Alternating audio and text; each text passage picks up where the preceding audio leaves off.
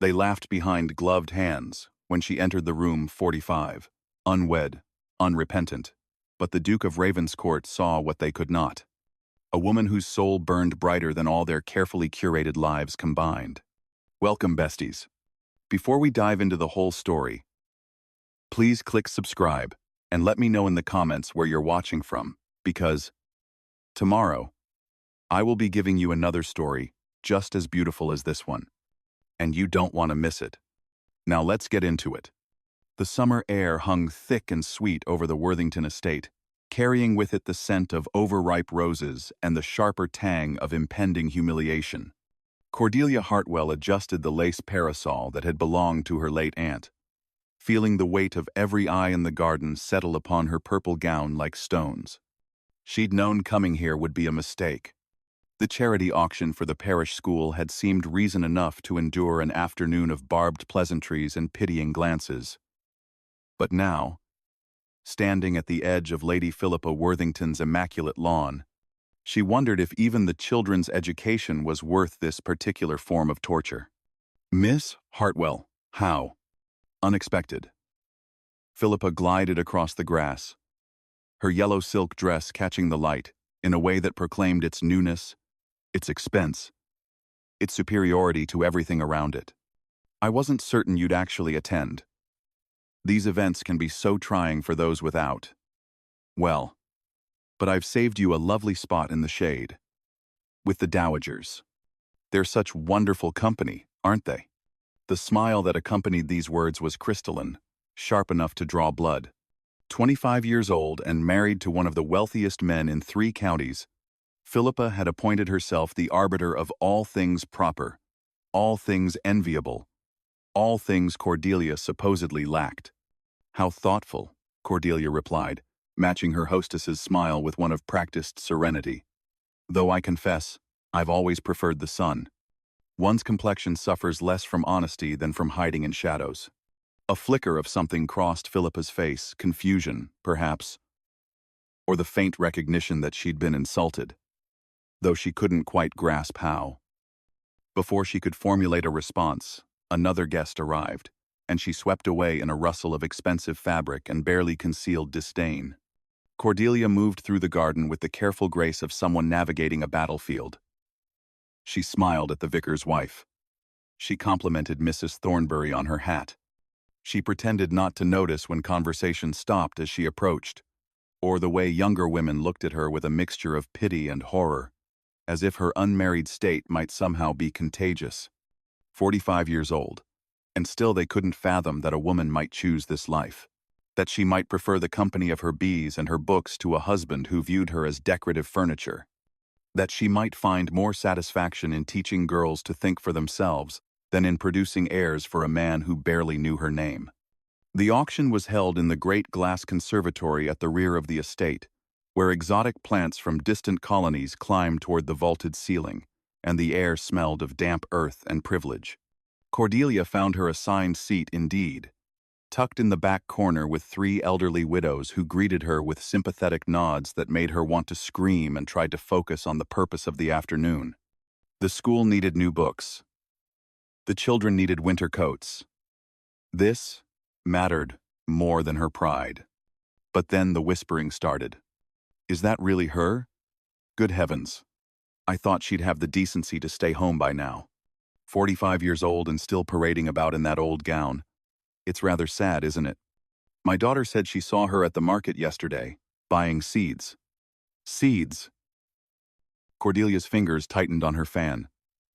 She stared straight ahead, watching as auction items were brought forward. A landscape painting, a set of silver candlesticks, a riding crop that fetched an absurd sum because Lord Worthington had bid on it while already 3 glasses deep into his afternoon port.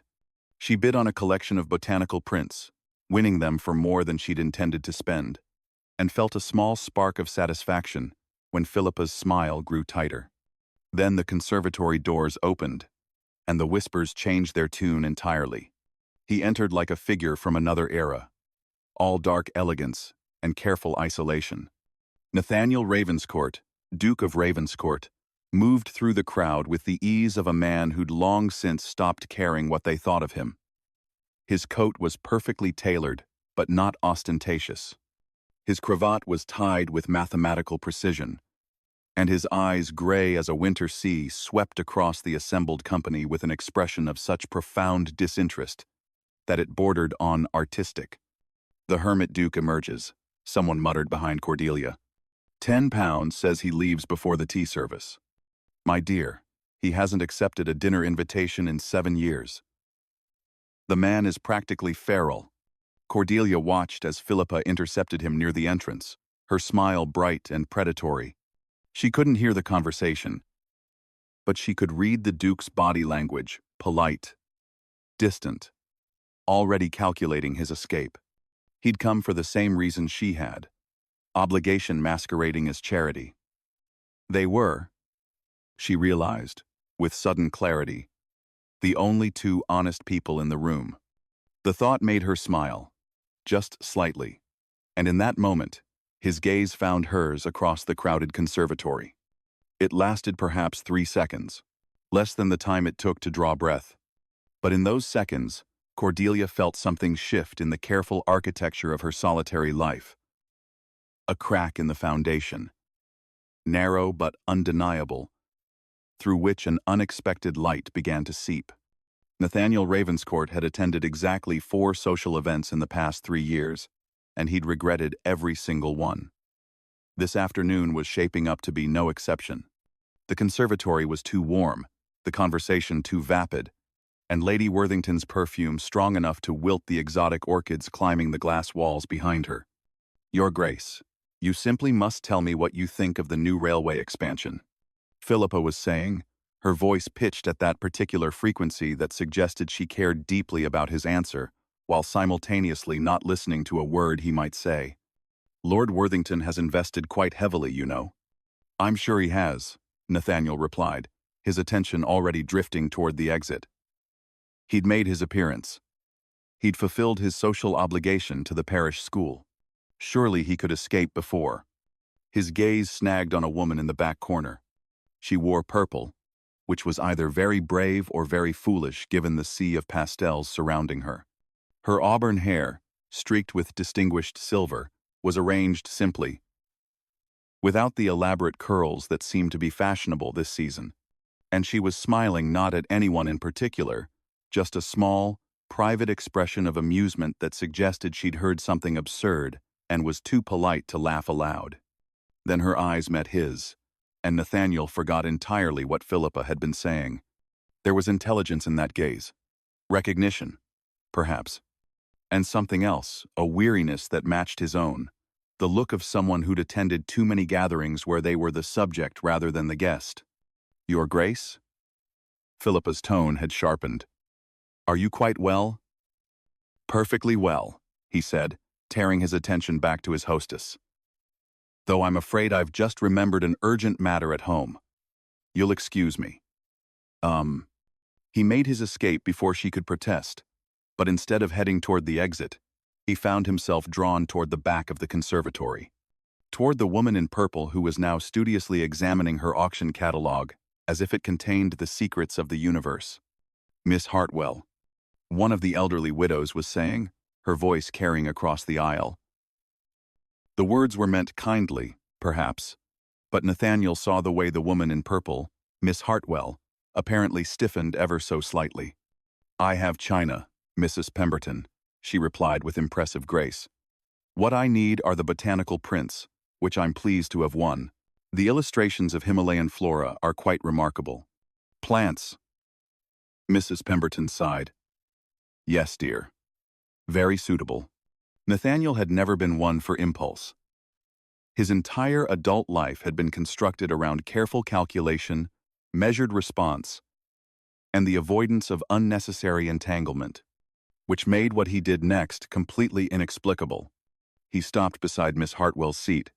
The Himalayan collection, he said, and watched her eyes widen slightly as she looked up at him. I have several volumes on the same subject in my library. The expedition accounts from the 1,850 seconds. If you're interested in comparative study, I'd be happy to lend them. Frères. The silence that fell over their corner of the conservatory was deafening. Mrs. Pemberton's mouth opened and closed like a landed fish. Somewhere behind him, Nathaniel heard Philippa's sharp intake of breath. Miss Hartwell recovered first. She stood, matching his height more closely than most women he knew, and extended her hand with the confidence of someone who'd long since stopped apologizing for her existence. "Cordelia Hartwell," she said. "And yes, Your Grace." Her hand was warm in his, rougher than he'd expected the hands of someone who worked in her garden rather than merely admired it. He found himself holding on a moment longer than strictly proper, studying the constellation of freckles across her knuckles, the faint stain of what might have been ink on her index finger. "Nathaniel Ravenscourt," he replied, though obviously she knew that. Everyone knew who he was, the eccentric duke who'd buried himself at his estate after his wife's death, who'd scandalized society with his radical lectures, who'd become a cautionary tale in his own right. "Though I suspect you already knew that." "I did," she admitted, and there was something in her smile now, a spark of humor, of shared understanding. "Just as I suspect you knew exactly who I was when you walked over here. The woman brave enough to wear purple to a Worthington garden party," he said. "The botanical enthusiast who outbid Lady Thornbury on the Prince. The teacher who volunteers at the parish school." He paused. "The scandal. The mensing. Anham. The mensing." The paused. "Ah." Her smile widened, though something flickered in her eyes. Pain. Quickly masked. "Yes. That too." Around them, the whispers had crescendoed into barely concealed gossip. Nathaniel could feel the weight of their attention, the speculation already spinning into scandal by morning. The hermit duke and the spinster. How deliciously inappropriate. How perfectly tragic. He should walk away. He should excuse himself politely and retreat to his estate, and his books, and his carefully constructed isolation. Instead, he heard himself say, "Would you care to view the rest of the collection? The conservatory has some remarkable specimens in the eastern wing, far too remarkable to waste on." He gestured vaguely at the assembled crowd. "This. Adar. This. Adar." Cordelia's eyes searched his face, and for a moment, he thought she might refuse. Thought she might have more sense than he did. Might recognize the foolishness of encouraging any connection between two people whom society had already relegated to the margins. Then she closed her catalog, tucked it under her arm, and said. They walked through the conservatory together, leaving a wake of stunned silence and furious whispers behind them. The eastern wing of the conservatory was blissfully empty. Most guests preferred the main hall where they could see and be seen, where the auction items were displayed, where gossip flowed as freely as the champagne being served on silver trays. Here, among the towering ferns and climbing jasmine, there was only the sound of water trickling from a small fountain and the soft rustle of leaves in the ventilation breeze. Cordelia breathed more easily for the first time since she'd arrived. "Papyrus," the Duke said, gesturing to a cluster of tall, elegant plants growing in a shallow pool. "From Egypt. I brought the seeds back myself 7 years ago." "You've traveled extensively," Cordelia observed, studying the distinctive umbrella-shaped clusters with genuine interest. She'd read about papyrus in her botanical journals but had never seen a live specimen. "I have." He moved toward another section where orchids bloomed in impossible colors. "After my wife died, I found it easier to be anywhere but here. India. Egypt. Constantinople. I spent 2 years studying agricultural practices in rural communities, documenting traditional farming methods before they vanish entirely." "That's where your lecture came from," Cordelia said, remembering the scandal that had rippled through society 3 years ago. A duke arguing for workers' rights and education for the poor. The aristocracy had been appropriately horrified. The one about child labor and educational reform. "You heard about that?" He looked genuinely surprised. "I read it," she corrected.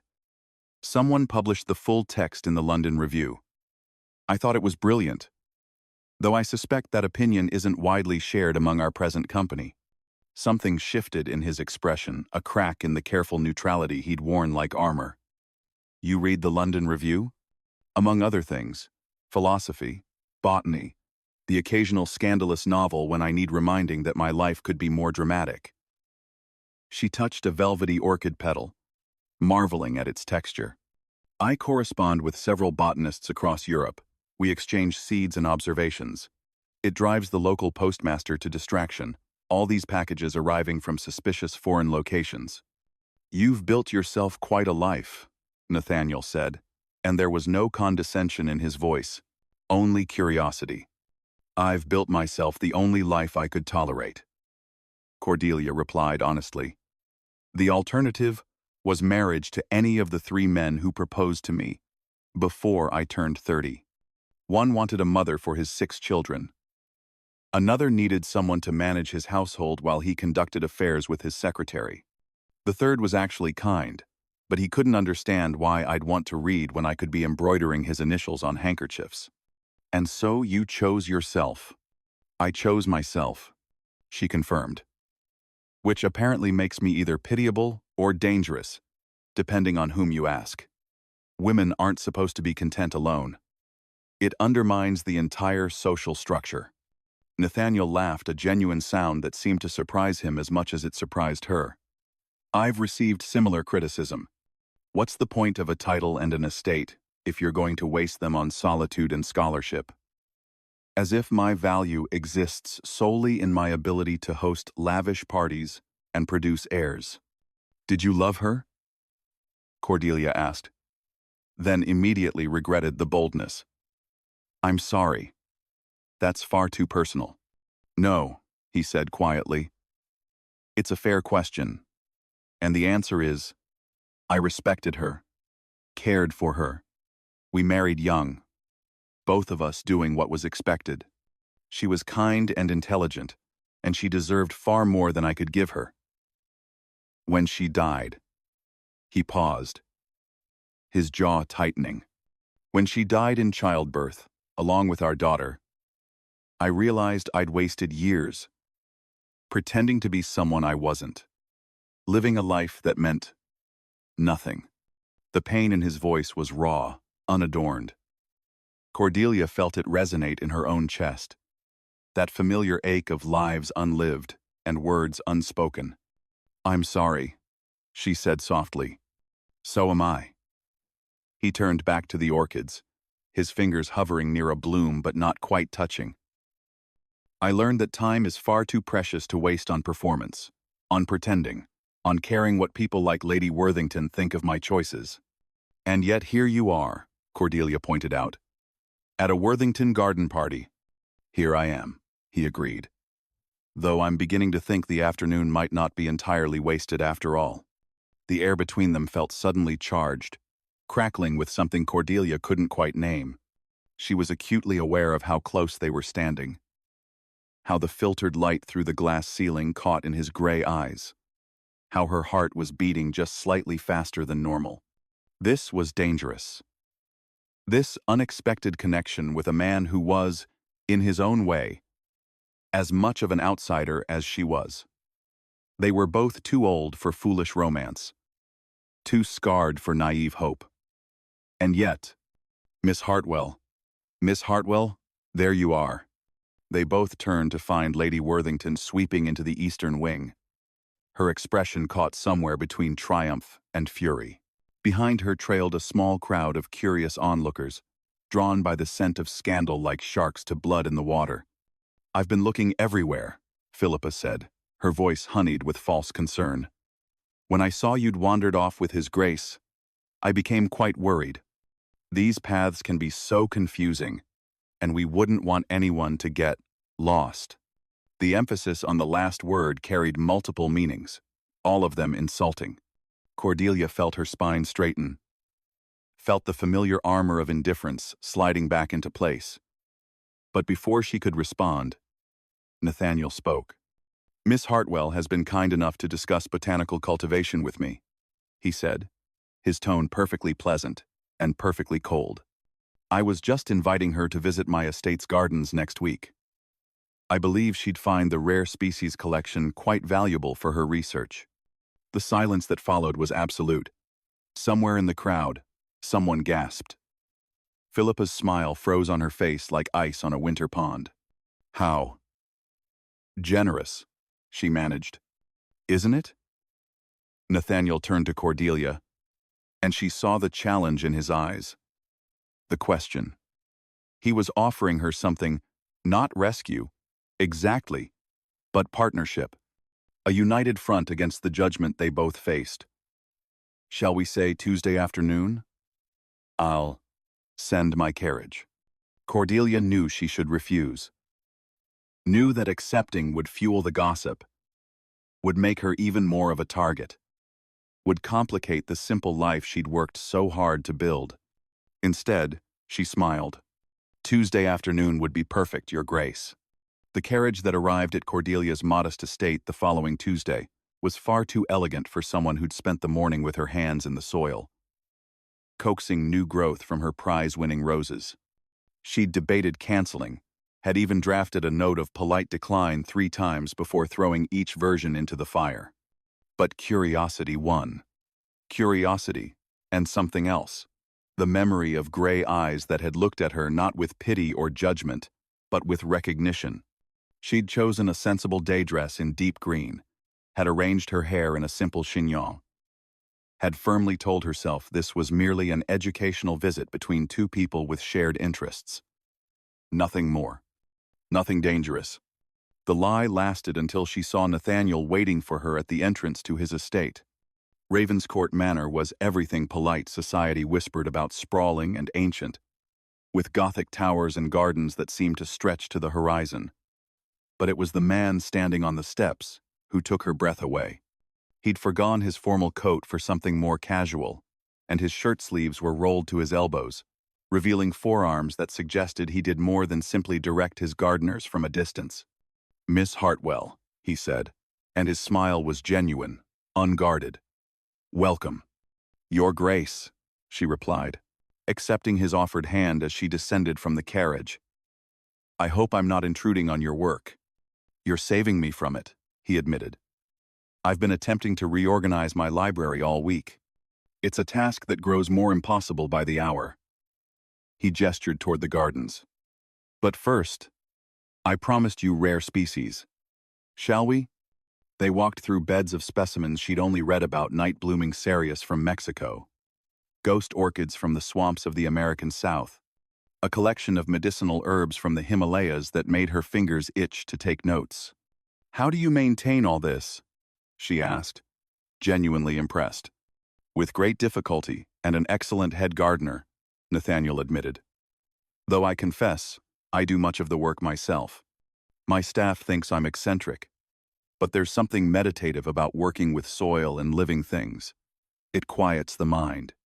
I know exactly what you mean, Cordelia said. My bees serve the same purpose. Everyone thinks I keep them for the honey, but really, I keep them for the peace. They fell into easy conversation, moving from botany to philosophy, to books they'd both read and loved. Cordelia found herself laughing more than she had in months, found herself forgetting to guard her words, to measure her responses. With Nathaniel, she could simply be herself, sharp-tongued and curious and passionate about ideas that most people found tedious. You mentioned a library reorganization, she said as they completed their circuit of the gardens. I don't suppose you'd let me see it? I have a shameful weakness for other people's book collections. His eyes lit up. I was hoping you'd ask. The library was magnificent. 3 stories of leather-bound volumes, rolling ladders, and comfortable chairs positioned near windows for optimal reading light. Books were stacked on tables, piled on the floor, creating a glorious chaos that spoke of someone who actually used his collection rather than simply displaying it. I'm trying to organize by subject rather than author, Nathaniel explained, gesturing helplessly at the mess. But I keep finding connections I hadn't considered. Should agricultural practices be with economics or with natural science? Where do travel narratives belong when they contain ethnographic observations? This is going to take you months, Cordelia said, picking up a volume on soil composition. I know. He ran a hand through his hair, disrupting its careful arrangement. I should probably hire someone, but I can't stand the thought of someone else touching my books. I could help, Cordelia heard herself say, then immediately wondered if she'd lost her mind. If you wanted. I'm quite good at organizing systems. I catalogued my aunt's entire natural history collection after she died. Nathaniel stared at her. You would do that? I'd enjoy it, she admitted, though I'd expect payment. Of course. In books, she interrupted. And access to your botanical collection. And those Himalayan expedition accounts you mentioned. He laughed, that same unguarded sound she'd heard in the conservatory. You drive a hard bargain, Miss Hartwell. Always, she agreed. They spent the next 3 hours sorting volumes, debating classification systems, and discovering they had remarkably similar taste in literature. It was easy, companionable work, and Cordelia felt something in her chest loosening a tension she hadn't realized she'd been carrying. It was only when the afternoon light began to fade that she realized how much time had passed. I should go, she said reluctantly, setting down a stack of agricultural treatises. I've imposed on your hospitality quite long enough. You haven't imposed at all, Nathaniel said quietly. He was standing closer than she'd realized, close enough that she could see the flecks of blue in his gray eyes. In fact, I was hoping you might return. To continue the library project. If you're willing. I'm willing, Cordelia said, her voice steadier than she felt. Tuesday and Thursday afternoons, he suggested. I'll send the carriage. Tuesday and Thursday, she agreed. As she rode home through the evening shadows, Cordelia told herself this was simply an intellectual partnership. Two lonely people finding companionship in shared interests. Nothing more complicated than that. But her reflection in the carriage window was smiling in a way she hadn't seen in years. And deep in her chest, something that felt dangerously like hope was beginning to bloom. The whispers reached a fever pitch by the second week of Cordelia's visits to Ravenscourt Manor. Every Tuesday and Thursday, the Duke's carriage arrived at her door. Every Tuesday and Thursday, she spent the afternoon in his library, supposedly organizing books, but really engaging in the kind of deep, ranging conversations she'd never had with another human being. They argued about philosophy over tea. They debated agricultural reform while categorizing travel narratives. They discovered they'd both been to the same lecture series at Oxford 3 years prior, sitting in the same hall, breathing the same air, completely unaware of each other's existence. How is it possible we never met before? Cordelia asked one Thursday afternoon, surrounded by stacks of botany texts. I think we were both too busy being scandals to notice each other, Nathaniel replied, and she laughed despite herself. But the town noticed now. Oh, they noticed. Lady Worthington made it her personal mission to remind everyone of the impropriety. A woman of her age? Spending unchaperoned afternoons with a duke? It's absolutely shameless. Though I suppose when one has already ruined one's reputation, what's a little more scandal? The vicar's wife stopped inviting Cordelia to tea. The mothers at the parish school began pulling their daughters aside when she approached, as if her unmarried state combined with her association with the Duke might corrupt their precious children through proximity. Cordelia told herself she didn't care. She'd weathered worse judgments, and what she'd found with Nathaniel was worth any amount of small-minded gossip. But Tuesday of the third week, she arrived at the manor to find him pacing in the entrance hall. His expression troubled. What's wrong? She asked immediately. My brother visited this morning, Nathaniel said. He's in Parliament. Apparently, there are questions about my judgment, about my associations. He met her eyes. About you. Cordelia felt something cold settle in her stomach. I see. He suggested I should be more careful about appearances. that a duke has certain responsibilities, that my friendship with—" He paused, clearly uncomfortable with the phrasing. "That my friendship with an unmarried woman of a certain age reflects poorly on the family name." "He's not wrong," Cordelia said quietly.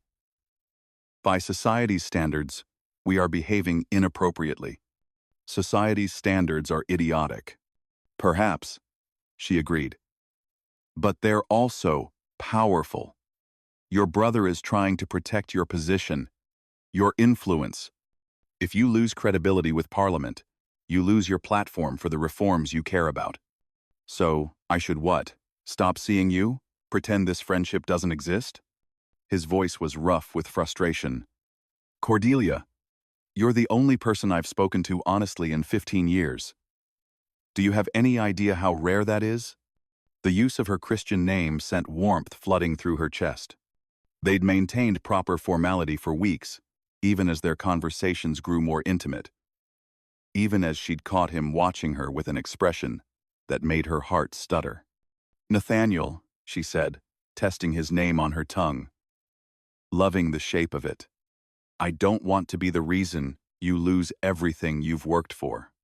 And I don't want to lose you to protect a reputation I've never cared about." He crossed the space between them, stopping just short of touching her. "These past weeks have been. I don't have words for what they've been. You challenge me. You understand me. When I'm with you, I remember who I wanted to be before grief and responsibility turned me into a ghost." "I feel the same," she whispered. "For the first time in my life, I'm not defending my choices or apologizing for existing. I'm just myself. And it's enough." "It's more than enough," he said fiercely. "You're extraordinary." The air between them crackled with everything unsaid, everything they'd been carefully not acknowledging. Cordelia's heart was racing now, her breath shallow. She was 45 years old. She'd long since resigned herself to a life without romance, without this kind of connection. And yet here stood a man looking at her like she was something precious, something worth risking everything for. "What do we do?" she asked. "I don't know," he admitted. "But I know I'm not willing to give this up. Not for my brother, not for society, not for anyone." Before she could respond, voices echoed from the hallway servants, perhaps, or visitors. The moment shattered, leaving them standing too close, both breathing too hard, surrounded by books and the weight of impossible choices. "We should continue with the library," Cordelia said, stepping back reluctantly. "Before anyone gets the wrong idea." "Or the right idea," Nathaniel murmured. But he moved away, picked up a stack of volumes, and fell back into their familiar rhythm. They worked in charged silence for an hour before Cordelia found a slim volume tucked between two agricultural texts. She pulled it out and froze. It was a book of poetry, intimate, passionate verses about love and longing and connection. "I didn't know this was here," Nathaniel said, appearing at her shoulder. "My wife gave it to me on our wedding day. I'd forgotten about it." Cordelia opened to a random page and read, "Love is not for the young alone, but for those who've lived long enough to know its worth." The words hung between them, heavy with meaning. "Cordelia," Nathaniel began. "Don't," she said softly. "Not yet. Let's finish organizing the library. Let's have a few more Tuesdays and Thursdays. Let's not rush toward decisions that will change everything." He nodded slowly, though his eyes held a question she wasn't ready to answer. But as she rode home that evening, Cordelia knew with crystalline certainty. It was already too late. Her heart had made its choice, regardless of what her head counseled. She was falling in love with Nathaniel Ravenscourt, and there wasn't a single thing she could do to stop it. The only question now was what they would do about it. The scandal broke on a Wednesday, which Cordelia found oddly fitting. Wednesday was the day between their library sessions, the day when she tried to return to her normal life of bees and gardens and teaching, when she tried to convince herself that what was growing between her and Nathaniel was manageable, controllable, safe. She was in her garden when her neighbor, Mrs. Crawford, appeared at the gate with a folded newspaper and an expression of grim satisfaction. "I thought you should see this, Mrs. Crawford said, though her tone suggested she was rather enjoying being the bearer of bad news. "Before you hear it from someone less sympathetic." Cordelia took the paper with steady hands, though her stomach had already begun to churn. The headline in the society pages was everything she'd dreaded. "Hermit Duke keeps company with aging spinster. A curious association raises questions of propriety." The article was worse than she'd imagined. It detailed her weekly visits to Ravenscourt Manor, speculated about the nature of their relationship, and included several quotes from anonymous sources, though Cordelia could practically hear Lady Worthington's voice in every snide observation. At her age, one would think she'd have more dignity than to throw herself at a titled gentleman, one source said. Though, perhaps, desperation knows no shame. "The Duke has always been peculiar," another offered. "But to associate so publicly with a woman of questionable reputation seems beyond eccentric and into genuinely concerning territory." The article concluded with barely disguised pity. "One can only hope His Grace will come to his senses before this association damages his standing beyond repair." End quote. End quote. Cordelia read it twice, feeling something crack inside her chest with each sentence. It wasn't the cruelty that surprised her. She'd weathered cruel judgments her entire adult life. It was the realization of what this would cost Nathaniel. His brother's concerns had been valid. The parliamentary questions would intensify. His platform for reform would crumble. All because he'd been kind to a 45-year-old unmarried woman who dared to be his friend. "I'm sorry, dear Mrs. Crawford said, though she didn't sound particularly sorry. "But perhaps it's for the best. These things never end well when people try to reach above their station." "I wasn't reaching," Cordelia said quietly. "I was just being myself." "Yes," Mrs. Crawford agreed. "And that's always been your problem, hasn't it?"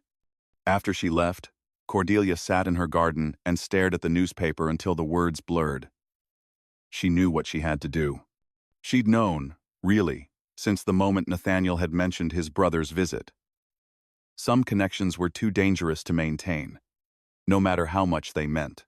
She wrote the note carefully, keeping her handwriting steady through sheer force of will. "Your Grace, in light of recent events, I think it best we discontinue our library project. I'm grateful for your friendship and your kindness, but I cannot in good conscience be the cause of damage to your reputation and your work. Please know this decision comes from respect, not from any failing on your part. Yours, in gratitude, C. Hartwell."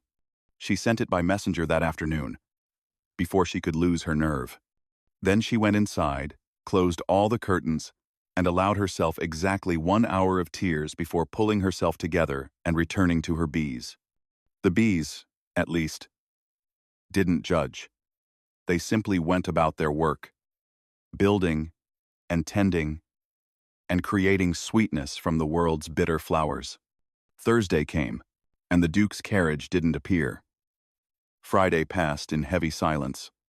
By Saturday, Cordelia had convinced herself she'd done the right thing, the mature thing, the selfless thing. Then Sunday morning, she heard a commotion outside her cottage. She opened the door to find Nathaniel Ravenscourt standing in her garden, still in his formal church clothes, holding the newspaper in one hand and her note in the other. His expression was thunderous. "No," he said simply.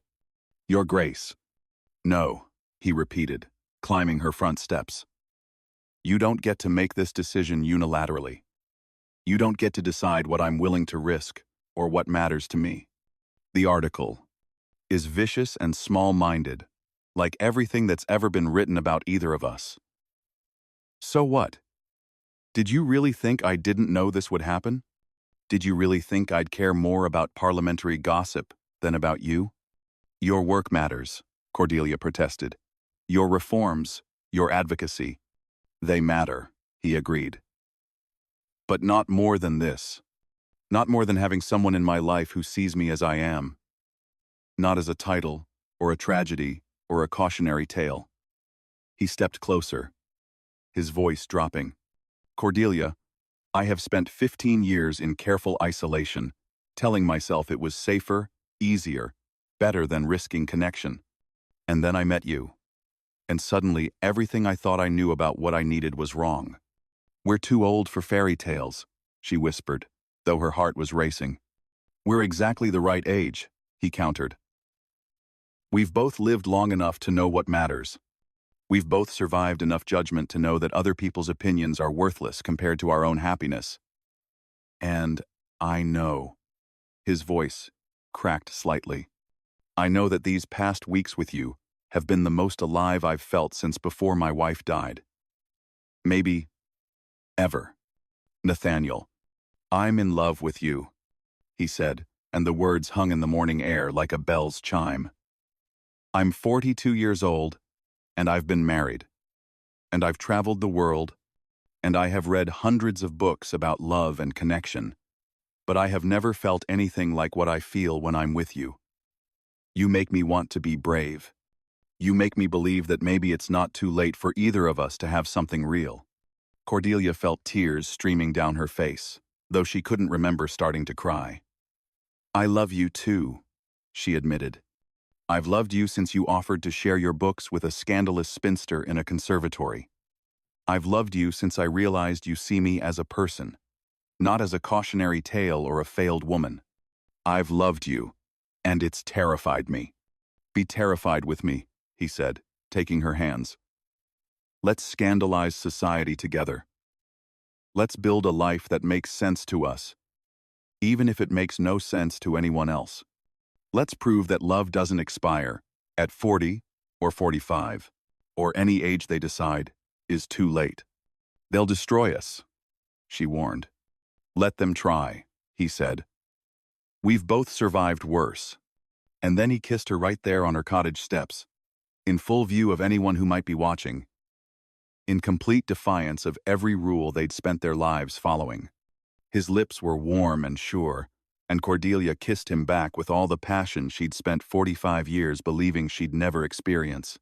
When they finally broke apart, both breathless, she saw Mrs. Crawford peering through her fence with scandalized delight. We're going to be the talk of the county, Cordelia said. Good, Nathaniel replied. Let's give them something worth talking about. Nathaniel's solution to the scandal was characteristically bold.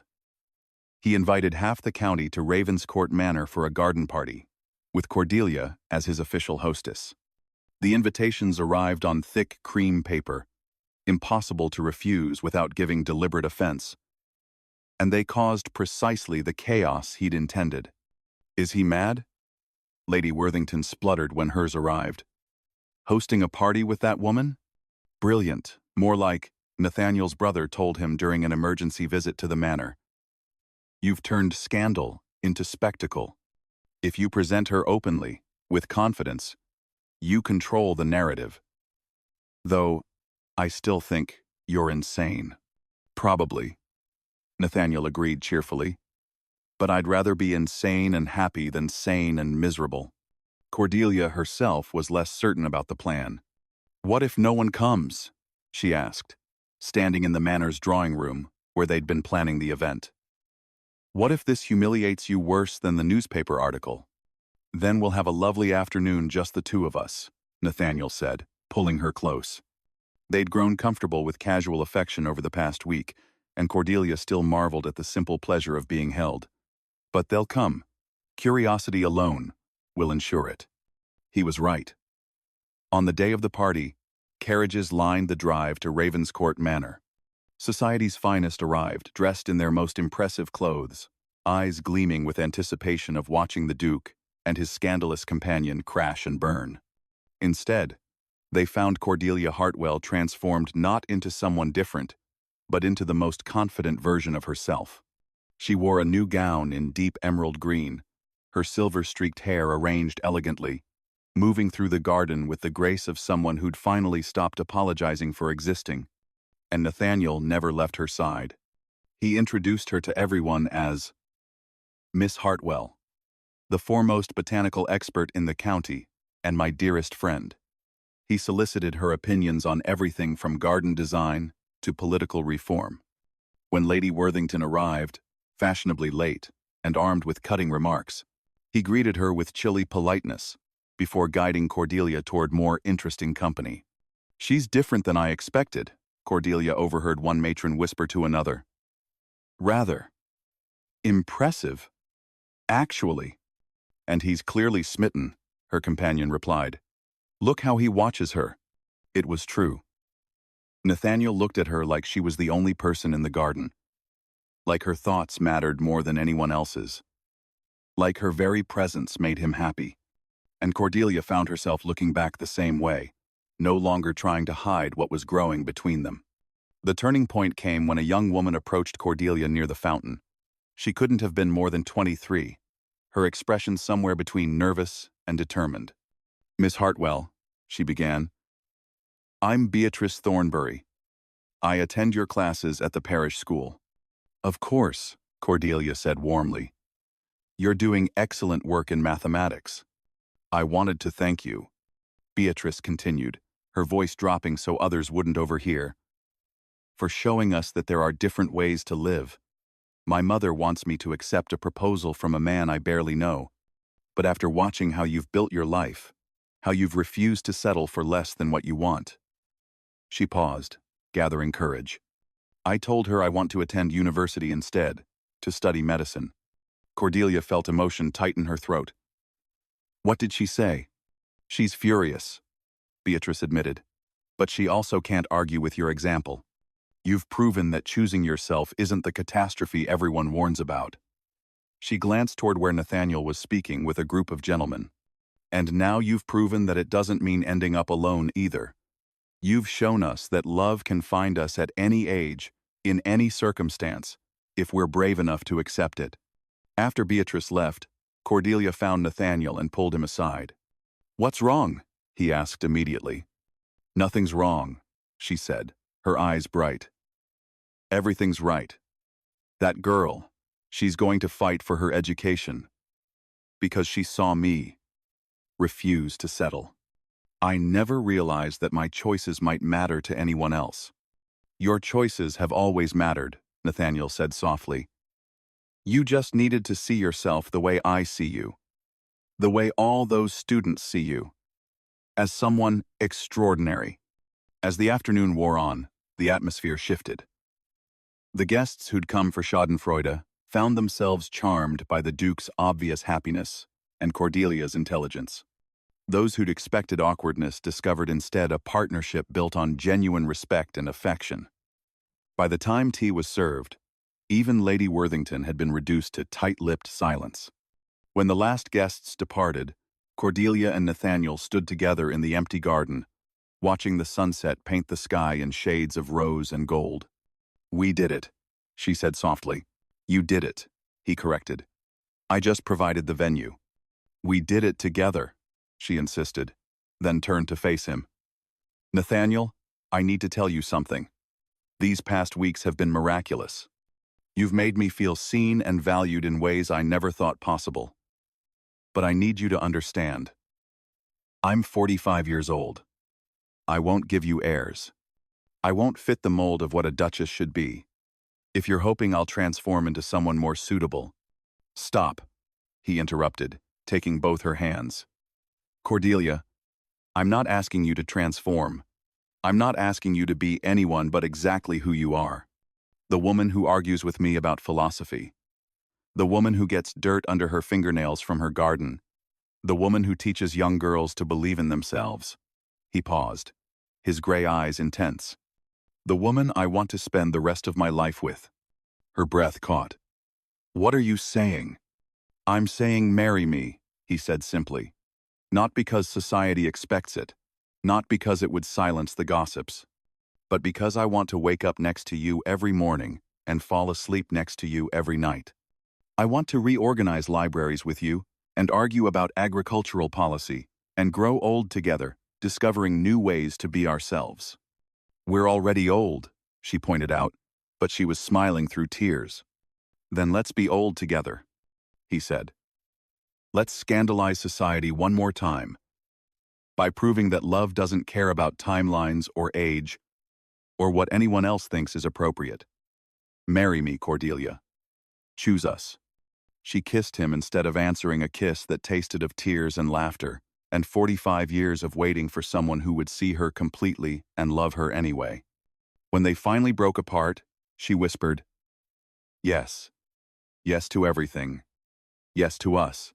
The sun sank below the horizon, painting the garden in twilight, as the hermit duke and the scandalous spinster stood together, finally finding their happy ending in the place society had insisted didn't exist. The wedding was scheduled for late autumn, giving just enough time for the scandal to mature from shocking to merely noteworthy. Nathaniel's brother, who'd arrived expecting to dissuade his sibling from social suicide, found himself instead planning the ceremony after one evening spent in Cordelia's company. "I was wrong about you," he admitted over dinner at Ravenscourt Manor.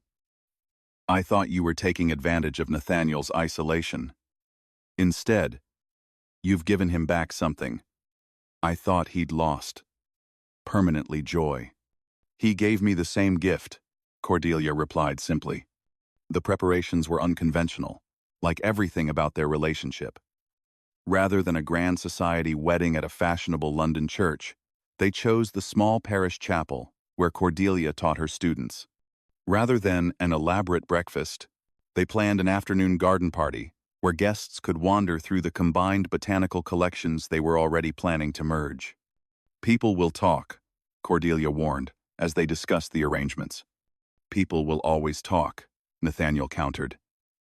"Let's give them something beautiful to talk about." The morning of the wedding, Cordelia woke in her cottage for the last time. She'd be moving to Ravenscourt Manor after the ceremony, bringing her bees and her books and her entire life into Nathaniel's orbit, just as he was bringing his life into hers.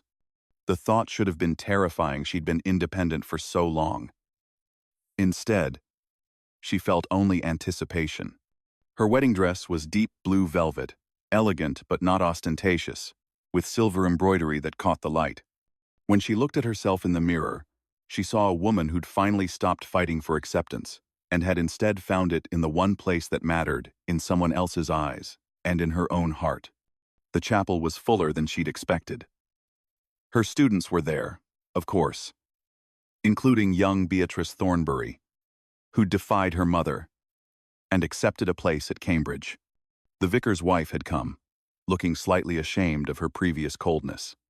Even some of the women who'd whispered behind their hands at Lady Worthington's party had arrived, curiosity overcoming judgment. Lady Worthington herself was notably absent, which both Cordelia and Nathaniel considered a wedding gift in itself. When the ceremony began, Cordelia walked down the aisle alone, not because she lacked anyone to give her away, but because she'd insisted she was giving herself, as she'd given herself in every important choice of her life. Nathaniel stood at the altar in perfectly tailored black, his eyes never leaving her face, his expression holding such open adoration that she heard several guests sigh. The vicar kept the ceremony simple. They exchanged traditional vows, but Nathaniel had insisted on adding words of his own. "Cordelia," he said, his voice carrying through the chapel, "you've taught me that it's never too late to choose happiness. That society's timeline means nothing compared to the heart's own schedule. You've shown me that the strongest love isn't the passion of youth, but the deep recognition of finding one's true companion. I promise to honor your independence, even as I cherish our partnership. I promise to argue with you about philosophy and listen when you teach me about bees. I promise to love you, not despite your age or your choices, but because of them, because they made you into this remarkable woman standing before me." There wasn't a dry eye in the chapel, including Cordelia's own. "Nathaniel," she replied, her voice steady despite her tears. "You've given me the greatest gift, the freedom to be completely myself and to be loved for it. You've proven that choosing myself didn't mean choosing loneliness, only that I was waiting for the right person to choose alongside me. I promise to challenge you and support you and remind you daily why you're extraordinary. I promise to share my garden and my thoughts and my entire messy, unconventional life with you. I promise to love you with all the wisdom and depth that 45 years of living has taught me." When the vicar pronounced them married, Nathaniel kissed her like they were the only two people in the world, and the chapel erupted in applause. The garden party afterward was everything Cordelia had dreamed. Guests wandered through autumn-blooming flowers, discovered rare species from around the world, and watched as the newlyweds moved through the crowd together not as a scandal, but as a couple so obviously, perfectly matched that even the skeptics found themselves charmed.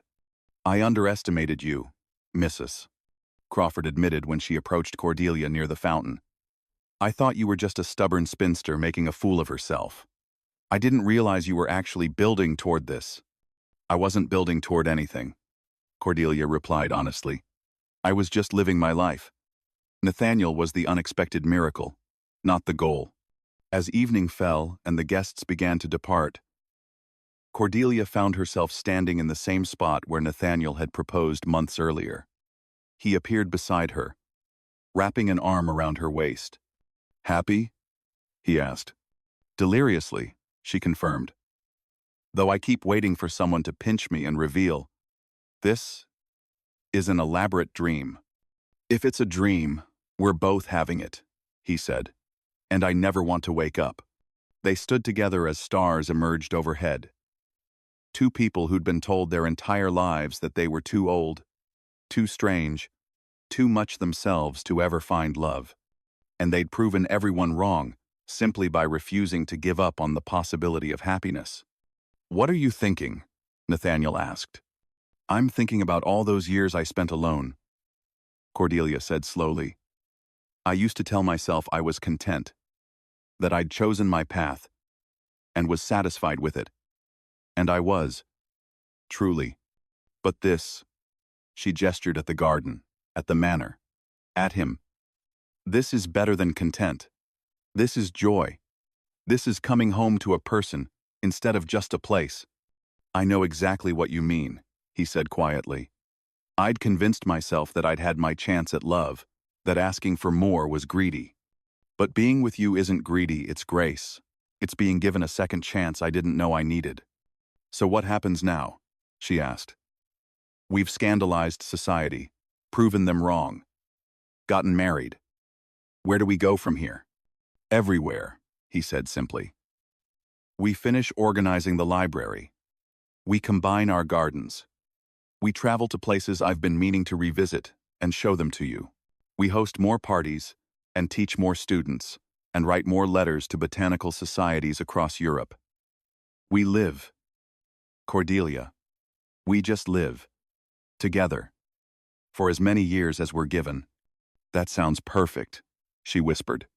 "It does, doesn't it?" He smiled. "Who would have thought that two social outcasts would end up with the happiest marriage in the county?" "Anyone who was paying attention," she replied. "We've always been extraordinary. We just needed to be extraordinary together." 1 year after their wedding, Cordelia stood in the library, at Ravenscourt Manor, now officially their library, with both their collections merged into a system that made perfect sense to them and baffled everyone else reading a letter that had arrived that morning. Nathaniel found her there, as he often did, surrounded by books and correspondence, and the comfortable chaos of an active mind. "Good news?" he asked, kissing her temple in greeting. "Excellent news," she said, waving the letter. "The Royal Society wants to publish our joint paper on hybrid rose cultivation. They're calling it groundbreaking work." "Because it is groundbreaking work," he said proudly. "Your research combined with my documentation of traditional methods, we make quite the team." "We do," she agreed, setting the letter aside and turning into his embrace. In more ways than one. Their first year of marriage had been everything they'd hoped and more. They'd hosted quarterly salons at the manor, bringing together intellectuals and reformers, and anyone interested in genuine conversation. Cordelia's classes at the parish school had expanded, now including evening sessions for adult women who wanted to continue their education. Nathaniel had published a new treatise on workers' rights that was generating serious parliamentary discussion. But more than any achievement, they'd simply been happy.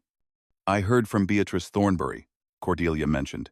"She's top of her class at Cambridge. She wants to come back this summer and teach a session on women in medicine." "That's wonderful," Nathaniel said. "You know, half the county whispers now about how your influence is corrupting their daughters." "I prefer to think I'm liberating them," Cordelia replied with a smile. "Though I notice those same mothers still accept our party invitations." "They'd be fools not to," he said. "We throw the most interesting gatherings in the region. Last month we had a member of parliament arguing philosophy with a school teacher and a dowager duchess learning about beekeeping from you. Who would have thought this would be our life?" Cordelia mused. "A year ago, we were both resigned to solitude. Now look at us married, published, respected, despite everyone's predictions." "I never doubted us," Nathaniel said. "Liar," she teased. "I heard you pacing the night before the wedding, convinced I'd come to my senses and run." "I was not pacing. You were definitely pacing." He laughed, pulling her closer. "Fine. Maybe I paced a little. But only because I couldn't believe my luck. Couldn't believe that someone as extraordinary as you would choose someone as ordinary as me." "You're many things, Nathaniel Ravenscourt," Cordelia said seriously, "but ordinary has never been one of them." A knock at the library door interrupted them. The housekeeper entered with an apologetic expression. "Pardon me, Your Graces, but Lady Worthington has arrived. She says she needs to speak with you urgently." Cordelia and Nathaniel exchanged surprised looks. They hadn't spoken to Philippa since the wedding, which had suited them both perfectly fine. "Show her to the drawing room," Nathaniel said. "We'll be there momentarily." When they arrived, they found Philippa looking uncharacteristically uncertain. Her usual confidence cracked around the edges. "Lady Worthington," Nathaniel said coolly. "This is unexpected." "Yes," Philippa said, twisting her hands together.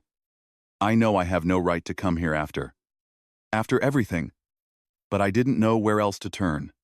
Cordelia studied her former tormentor and saw something surprising vulnerability. "What's happened?" "My husband," Philippa said quietly. "He's been conducting affairs for years, apparently, quite publicly, and now he's told me he wants a separation. He says, I'm..." Her voice cracked. "He says, I'm too old to be interesting anymore. That at 30, I'm past my usefulness." The irony wasn't lost on anyone in the room. This was the woman who'd mocked Cordelia's age, who'd made her spinsterhood the subject of endless gossip, who'd sneered at the very idea that a woman could have value beyond her youth. Cordelia saw Nathaniel's jaw tighten, saw him preparing to show Philippa exactly as much mercy as she'd shown them. But then she looked at the other woman, really looked, and saw past the cruelty to the fear underneath. The desperate belief that her worth was tied to her age and appearance. The terror of becoming what she'd mocked. "Sit down," Cordelia said gently. "What?" Philippa looked up, surprised. "Sit down," Cordelia repeated. "You look like you're about to collapse." As Philippa sank into a chair, Cordelia poured her tea from the service the housekeeper had thoughtfully provided. Nathaniel watched his wife with barely concealed admiration, recognizing her compassion even for someone who'd shown her none. "Lady Worthington," Cordelia said, sitting across from her, "I'm not going to pretend you were kind to me. You went out of your way to make me feel worthless because of my age and my unmarried state." "I know," Philippa whispered. "I was cruel. I was..." She paused, struggling for words. "I was terrified. Watching you be so confident, so complete without a husband, it challenged everything I'd been taught to believe about women's value. And if you could be happy alone at 45, then what did that say about me, married at 18 to a man who barely noticed me?" "It said you had options you were afraid to consider," Cordelia replied. "But they're still there, Philippa. You're 30 years old. Your life isn't over because your marriage is ending. In fact, it might just be beginning. How can you be kind to me after everything I did? Because I remember what it's like to believe society's lies about women's worth, Cordelia said. I spent years letting other people's judgments define me. And then, I stopped. I chose myself. And it was the best decision I ever made, right up until I chose Nathaniel alongside myself. I don't know how to be alone, Philippa admitted. I don't know who I am outside of being Lord Worthington's wife. Then figure it out, Nathaniel said, his voice less cold now. My wife teaches classes for women seeking education. Start there. Learn something you're curious about. Build a life that's yours, not just a reflection of someone else's. Over the next hour, they talked with Philippa about practical matters, legal counsel, financial considerations, the steps she'd need to take toward independence. When she finally left, she looked different, still frightened, but also faintly hopeful. After she'd gone, Nathaniel pulled Cordelia close. You're remarkable, he said. She was vicious to you, and you showed her nothing but compassion. I showed her what someone once showed me, Cordelia replied. You looked at a 45-year-old spinster and saw someone worth knowing, worth loving. That gift being seen as valuable exactly as we are, it's too important not to share. Have I told you lately that I love you? He asked. Not in the past hour, she teased. Then I'm overdue, he said, kissing her soundly. I love you, Cordelia Ravenscourt. I love your compassion, and your intelligence, and your absolutely terrible habit of leaving botanical specimens all over my desk. Our desk, she corrected. And I love you too. Even when you reorganize my research notes. Our research notes. Our research notes. She agreed, smiling. They stood together in the drawing room, watching through the window, as Philippa's carriage disappeared down the drive. Two people who'd been dismissed by society, who'd found each other against all odds, who'd built a life so full of joy and purpose that they could afford to be generous even to those who'd hurt them. Do you think she'll be all right? Cordelia asked. I think she has a chance, Nathaniel said. We showed her, Cordelia corrected. You're the one who suggested she attend my classes. We're quite the team, aren't we? The best team, she confirmed, though I may be biased. As evening fell over Ravenscourt Manor, they returned to their library, to their books and their research, and the comfortable companionship they'd found in each other. They were 46 and 43 now, still too old by society's standards for a great love story. Still too unconventional, too independent, too much themselves. And they'd never been happier. Because they'd learned what so many never did. That love doesn't follow anyone's timeline but its own. That the heart recognizes no age limit. That the most beautiful romances sometimes bloom not in youth's passionate spring, but in life's rich, complicated autumn. They'd been laughed at for being too old, too single, too set in their ways. And they'd proven every doubter wrong simply by choosing each other, choosing joy, choosing to believe that it's never too late to find exactly what you've been searching for. The hermit duke and the scandalous spinster lived happily ever after, writing papers and hosting salons and teaching young women to believe in themselves. They traveled and argued and loved each other with the depth that only comes from years of knowing exactly who you are. And sometimes, in quiet moments, they'd remember that afternoon in the conservatory, when two lonely people's eyes met across a crowded room and recognized something precious. A kindred soul, a perfect match, and the beginning of the most extraordinary love story neither of them had been looking for. It wasn't the ending society had predicted for them. It was infinitely better. Thank you for watching this story to the end. If you enjoyed this story, you will surely love the next one. It's as beautiful and intriguing as you can ever imagine. So, do check it out. See you on the next one.